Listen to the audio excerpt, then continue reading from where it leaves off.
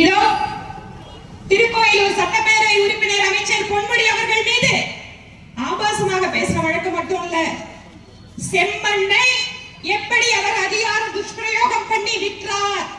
ஒரு அரசாங்கத்தில் பொறுப்பு மிக்க அமைச்சராக பதவி வகித்தவர் தனக்கும் தன்னுடைய குடும்பத்தை சார்ந்தவர்களுக்கும் அரசு பதவியை எப்படி முறைகேடாக பயன்படுத்தி சம்பாதித்தார் என்பது நீதிமன்றத்தினுடைய தீர்ப்பு.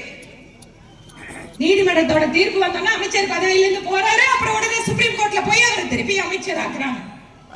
திரு ஸ்டாலின் அவர்கள் அழகா சொன்னார், எனக்கு நைட்டு படுத்தா தூக்கம் வர மாட்டேங்குது,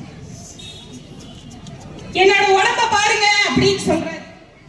கட்சிக்காரங்க கிட்ட முதலமைச்சர் சொல்றாரு, என் உடம்ப பாருங்க ஐயா, ஏயா இப்படி படுத்துறீங்க, நான் நைட்டு படுத்தா காலையில எந்திரிக்கும் போது எந்த அமைச்சர் என்ன பேசினாரோன்னு நான் பதவதைச்சு எந்திரிக்கிறேங்கிறார்.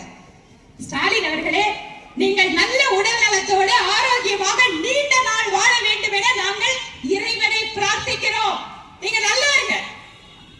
ஏன் கஷ்டப்பட்டு உங்க அமைச்சர்கள் எல்லாம் காப்பாத்துறீங்க? தப்பா பேசுற அமைச்சர் எல்லாம் வச்சுட்டு ஏன் தூக்கத்துக்கு எடுத்து உங்க உடம்பை கெடுத்துக்கிறீங்க?